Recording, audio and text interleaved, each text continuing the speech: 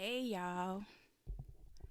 Welcome to the Working Mamas Podcast, Season 3 of the Working Mamas Podcast, Make No Era. I am your host, Nikki Winston. So excited to be back on the mic for a new season for a couple of reasons. First, I have a new microphone. So I'm like brand new out here. And this is my first episode using this microphone that I got a couple months ago because I had planned on recording episodes a couple months ago, but shit got real, things got in the way, life was happening, and that did not happen. So I'm glad to be on the mic, on the new mic, and I got this microphone because back in season 2, probably season 1 and season 2, I was telling y'all about how my son had broke the charger to the other microphone that I was using. And when he broke it the second time, I took that as a sign that I just needed to go get a new mic. So I was actually going to go out and get this other mic that I had in mind. And then I saw that somebody had posted about this new mic that I had. This is a Samson Q2U microphone. It's pretty dope too. I really like it. So I I'm sure that the audio quality is dope. I mean, I started my podcast using my beats and then I went to the other microphone. I won't even say the brand because it's like the super basic podcast microphone that all the newbies, all the new podcasters get. But I'm glad to be speaking and finally using this microphone. But I got my water with me, of course. I hope y'all got y'all drink too. I just finished my lemon turmeric tea that I made earlier. I put some ginger in it. I put some honey in it. It was banging. I actually want some more, but it's 2:30 in the morning. So I'm gonna stick with my tea because I do not feel, or with my water because I do not feel like going back downstairs. But I hope y'all are doing well. I hope everybody's good and safe and happy. And I want to talk today about embracing discomfort on this episode. Before I do, I just want to say that I literally had a brain fart. But guess what? I'm keeping that in the episode. This is an unedited life that I'm living over here. So that's how we going to do that. But I want to talk today about embracing discomfort. And with the last, at this point, year and some change that we've been dealing with this COVID-19 pandemic, I feel like we have all felt some discomfort to some degree that we've never felt before.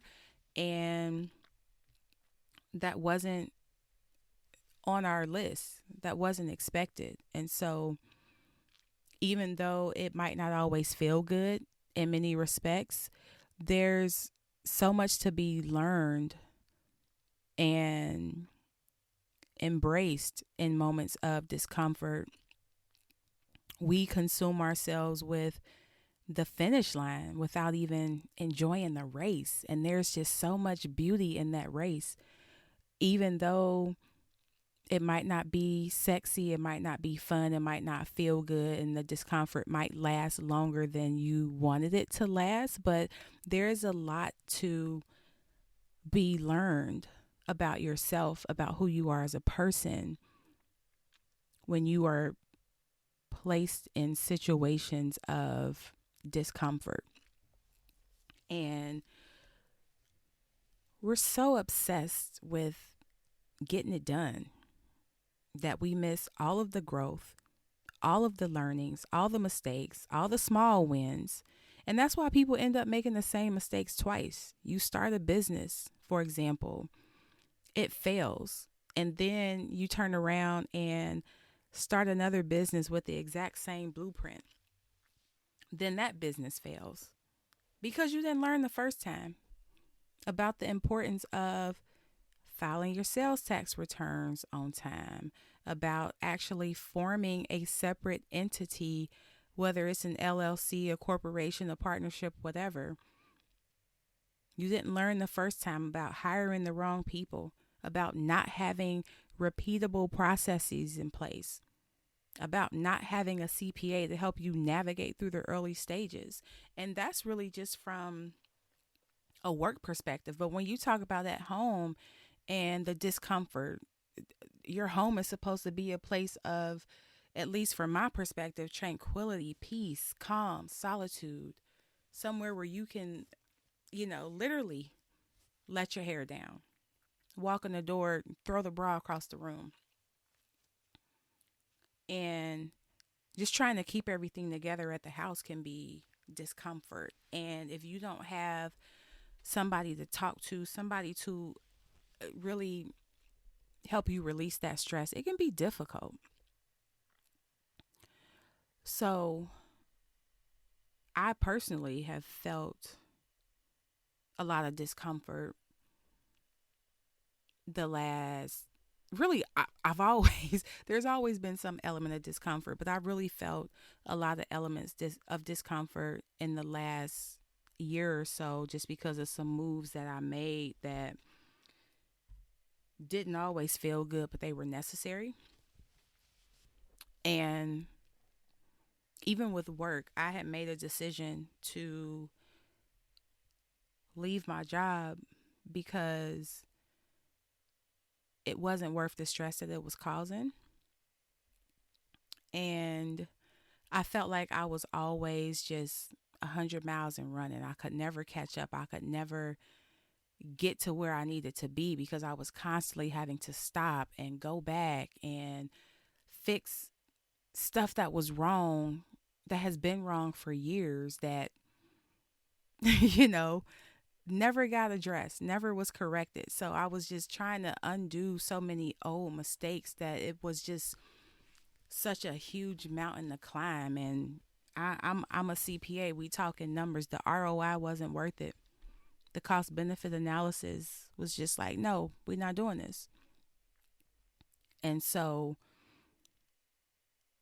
I spent a couple months trying to figure out what I wanted to do. Is this the right decision? Is this what I'm going to do? And I got to a point one day where I said, yes, this is the right decision. I'm not going to second guess myself. Anytime I have not trusted my gut, I have ended up in a fucked up place. So I'm trusting my gut, and I am having to deal with every day the stresses of this job, the toxicity of the culture, and just the dumbass people who just don't want to do the work. And I say that because I felt like everything was just so overly complicated because nobody wanted to do the work. And it's one thing to have something that you need to work on, that you need to fix, whether it be a project, a process, whatever. But when you realize the work needs to be done and you're still not willing to do it, it's like, I ain't got time for this. I'm not about to wake up and be mad, kicking and screaming because I got to go into this office that has burnt me completely out. And so I said, you know what? It's time for me to go. I am walking away from this job, and I don't have another one lined up. But I have my businesses, not even a but I have my businesses. So it's not like I'm not going to have any income or anything like that, but I really took this job with the intention of affecting some change and making it better. And this environment doesn't fit my ambitions. And so I have to go. So that was uncomfortable. That was uncomfortable. And I was just like, look, this is my opportunity to fully bet on me. And I started going hard in my business. Like, I'm just going to focus on my businesses full time. And it paid off. I actually had a lot of people reaching out to me. I felt like I was just going to have to put all these posts on social media and start reaching out to people and cold calling and saying, hey, I'm doing this and doing that. And I didn't have to do that. The people found me. Whether it was somebody who was like, hey, I want to apply for the PPP loan. Can you help me submit my application? Or somebody looking for help with the CPA exam. Or people reaching out to me like, hey, I saw your blog post about, what was it? Filing small business taxes for the first time. And then they asked me, can you create some content for me? I have these topics that I really want to focus on. Can you create some posts for me? So I ended up securing all of these clients during a time where I was still sitting there like, okay, what am I going to do? What is my strategy going to be? How am I going to get clients? And they ended up finding me. So in the midst of all of that, because I wasn't sure what I was going to do. So before I even went hard in my business, I had sat down and made a list of what I needed out of my next job. Like, okay, I'm about to leave this job. I don't want to go from one bad company to another. Or I'm not going to say bad company. No, I'm not going to say bad company. I'm not going to go from one company that I'm not a fit for to another company that I'm not a fit for. So I made a list of what I wanted, what I needed, what I was willing to budge on, what I was not willing to budge on. And I was applying for a couple jobs, but then I said, I'm not even doing that. I'm not even applying for no jobs.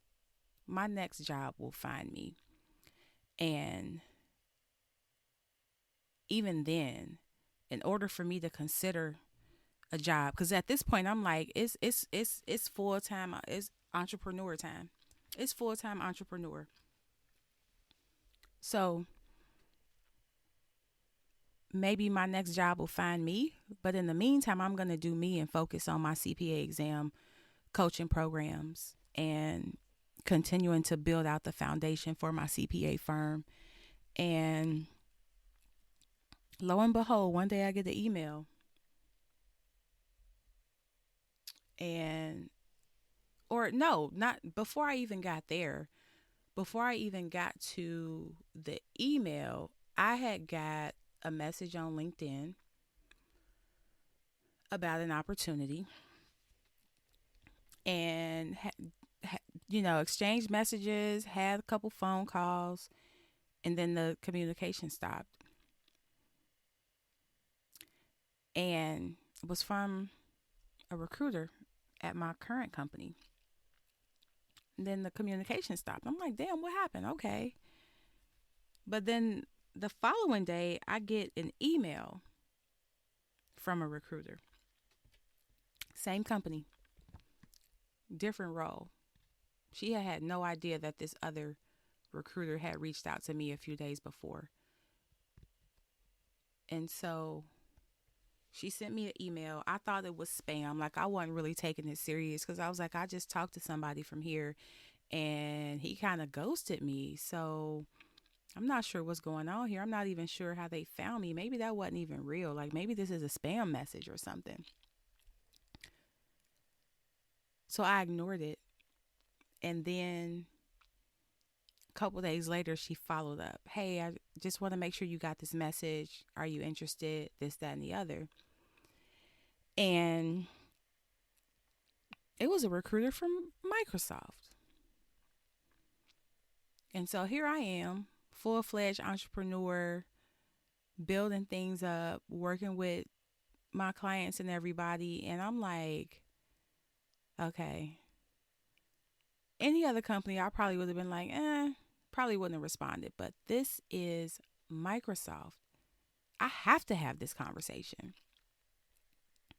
So, had a conversation, moved on in the process, had a couple more conversations, moved on in the process. Fast forward, now I'm the senior finance controller for the Xbox and Surface portfolios at Microsoft. And going through that experience is now, let me just reiterate, this is an unedited podcast.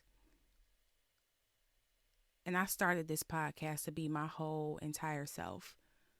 So that's why I don't record my episode and go back and edit and go back and take out the silent part or the ums or none of that. I started my podcast as a cathartic exercise for me. And I love to talk about things that I'm passionate about. Sometimes I have show notes, sometimes I don't. And in this case, I don't have show notes for this. So this is literally coming off the dome. I have show notes for this episode, but I totally went off on a tangent. And if you have been listening to the Working Mamas podcast, you know that a tangent is almost always going to happen. So I wasn't even planning on talking about this, and I don't have any notes, but this was just such a pivotal moment of personal growth for me that I have to share it because I experienced all of this during some of the most uncomfortable moments. And to be the controller now, be a controller now at Microsoft after I left the working environment that I was in, after I said I was done with the mediocre, not mediocre, that's a bad word. After I said I was done with taking jobs that didn't suit me, that didn't fulfill me. After I made this list where I drew a line down a piece of paper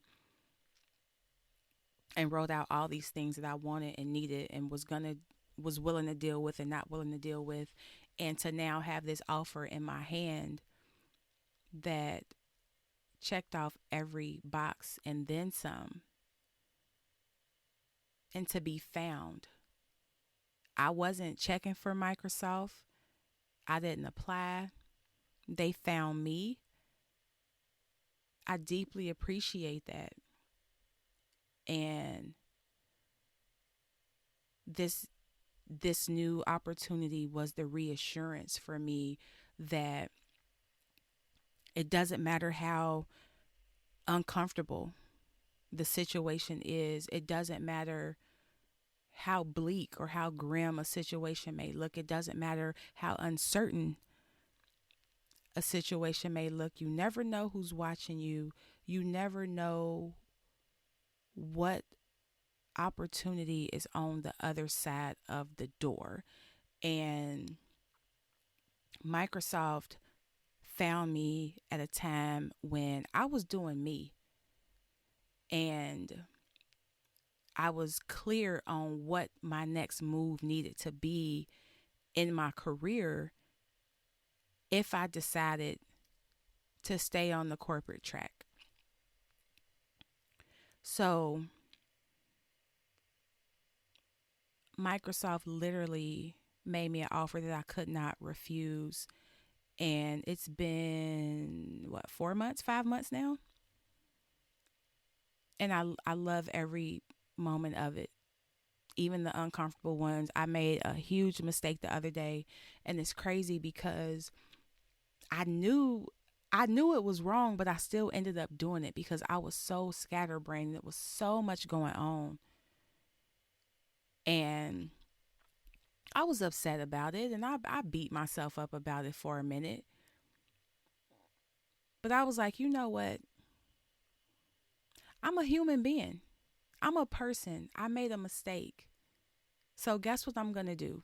Instead of running and hiding under a rock, I'm going to send an email to acknowledge my mistake to my stakeholders, and I'm going to outline the mistake how the mistake happened, the actions that I took to fix it, and what I'm doing going forward to avoid that mistake. And in doing that, the responses I got back were just so full of love. No problem, Nicole.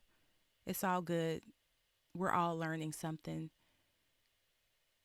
And that was another moment of discomfort because when I realized I made the mistake, I'm like, oh my God, how did I do this? And it wasn't just with one person, with a whole email string of people. Like, how did I do this? How did I mess this up? So it was a quick moment of discomfort because I knew what I needed to do to fix it, to make it right. But at the same time, just knowing that you have to take this time and explain your mistake and acknowledge it, that can be uncomfortable. But whatever your struggle is, whatever you are fearing right now, lean into that and address it, tackle it head on because it might not be as bad as you think that it is. And honestly, you should be doing some things that make you uncomfortable. Your job, your business, your workouts should make you uncomfortable. Because if it doesn't, you're not growing. And I used to hear people say, like, I'm maintaining. No, you're not. You're either growing or you're declining. You're not maintaining. And if you are maintaining, that's not a good thing. So stop saying that and putting a ribbon on it like it's something to be celebrated. Your job should make you uncomfortable. You're getting a steady paycheck, unlike many entrepreneurs. But, you know, decisions are being made about your future that you might not even be a part of. When you'll get promoted, where your name is on the layoff list. All of that can be effective immediately. Most employees who get laid off don't know that they're about to get laid off. Now, getting fired is something different because, as somebody who has been hired a bunch of times, I've hired a bunch of people. I've also fired people. Well, I'm not going to say that. I'll say I've fired people for context, but the reality is these people fired themselves because all of the people that I have had to terminate should have known that it was coming because I had given them ample opportunity for corrective action. So your job should make you uncomfortable. You should be going in there, giving it your all, and being a learner, being a beginner. That's another moment of discomfort. When I tell y'all that the show notes that I wrote for this episode called Embracing Discomfort, I'm not even looking at them no more. It's crazy. But another moment of discomfort was being new to Microsoft. Even though I'm a seasoned accountant, I'm a CPA, have all this domain expertise, I had to be a beginner. I had to go back to being a beginner to say I have to look at accounting and finance and budgeting and planning and analysis from Microsoft's perspective. But in addition to that, I have to learn the company. I have to learn about this new environment that I'm in. I have to learn about my stakeholders. I have to learn about the monthly operating rhythm and the meeting cadence and all these other deliverables and such.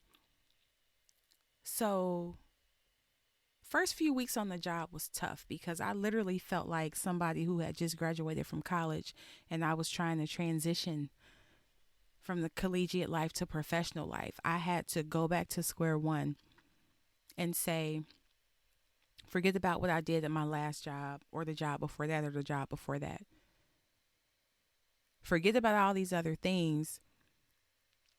I have to take a step back and be a beginner.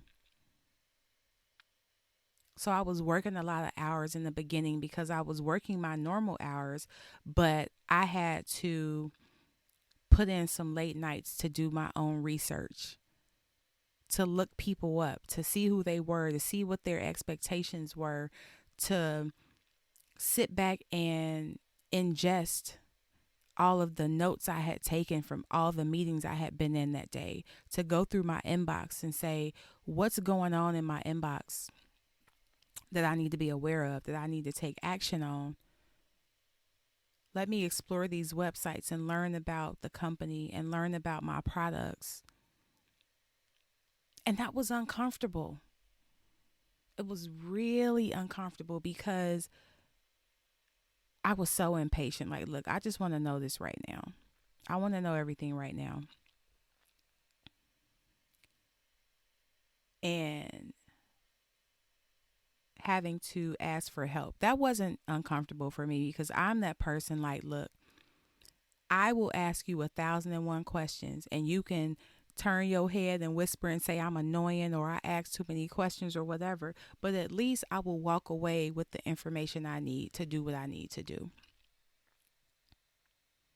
So, whatever your discomfort is, in light of COVID, I know there's been a lot of uncertainty and people are losing jobs or unemployment is running out.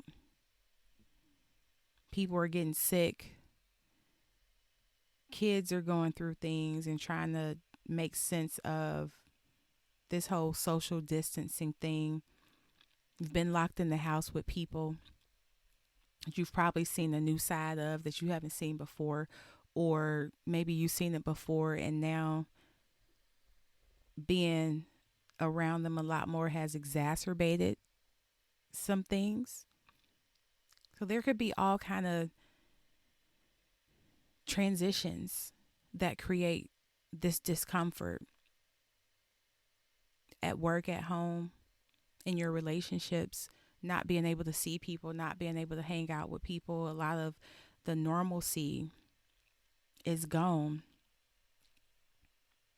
But I want to go back to what I said earlier is being uncomfortable is not always a bad thing. There are some beautiful things that come out of being uncomfortable. Don't even get me started on talking about the CPA exam and how uncomfortable that was to have to pass 4 exams, but I took 13 exams to pass 4. So don't even talk about the discomfort of sending my kids back to school because they were getting too comfortable with digital learning. And I didn't want them to miss a beat. I needed them to maintain some rigor and some structure. And I sent them back to school not knowing how it was going to go, as far as how they were going to feel and how they were going to adjust to maybe seeing some of their friends at school, but seeing their classmates on the video or seeing their teacher with a mask on. So you never really get to see the teacher's whole face or know the teacher because all you see are their eyes. The discomfort of jumping off the porch. I'm done with this job. The discomfort of let me focus on doing better for me. The discomfort of trying to abide by my anti-inflammatory diet when everybody in my house likes gummies and juice and cookies and all the things that I was trying to avoid or move away from or stay away from. So, discomfort hits us on all sides. Running a business, not knowing if you're going to have to close the doors tomorrow, just so many. It hits us from all sides. But the takeaway is embrace it. Don't run away from it, run towards it. Because I promise you that you will emerge from whatever your discomfort is as a much better person. So I'm at 30 minutes of literally just freestyling this episode. So I'll take that to mean that talking about discomfort from this perspective was on my heart and needed to be said. So if you're listening to this and you can relate, let me know. Hit me up on Instagram at Nick Winston CPA. You can go to my website, nickwinston.cpa. That .cpa domain hits different. No, my website was nickwinstoncpa.com, but now it's nickwinston.cpa. Another benefit of being a certified public accountant for the CPA candidates who are listening. But let me know what y'all been up to and what you think and how you're dealing with the discomfort in your life. Would love to hear. So I'm gonna be done. It's 3:08 in the morning, and I said I was going to bed at 3:30. But I know some of y'all are like, "What were you talking about?" Yes, I'm going to bed at 3:30. No matter what time I go to bed, I get my 8 hours of sleep. So when I wake up tomorrow, it'll be like 11:30, 12 o'clock because I need my 8 hours. But that's all a part of me living my life according to what works for me and not what somebody thinks. So, y'all be good. I will talk to y'all soon. Thank you for tuning in. Feel free to subscribe, tell your friends about it. Use the hashtag Working Mamas, WERKINMOMMAS, and tag me at Nick Winston CPA when you listen. I will talk to y'all soon. Bye.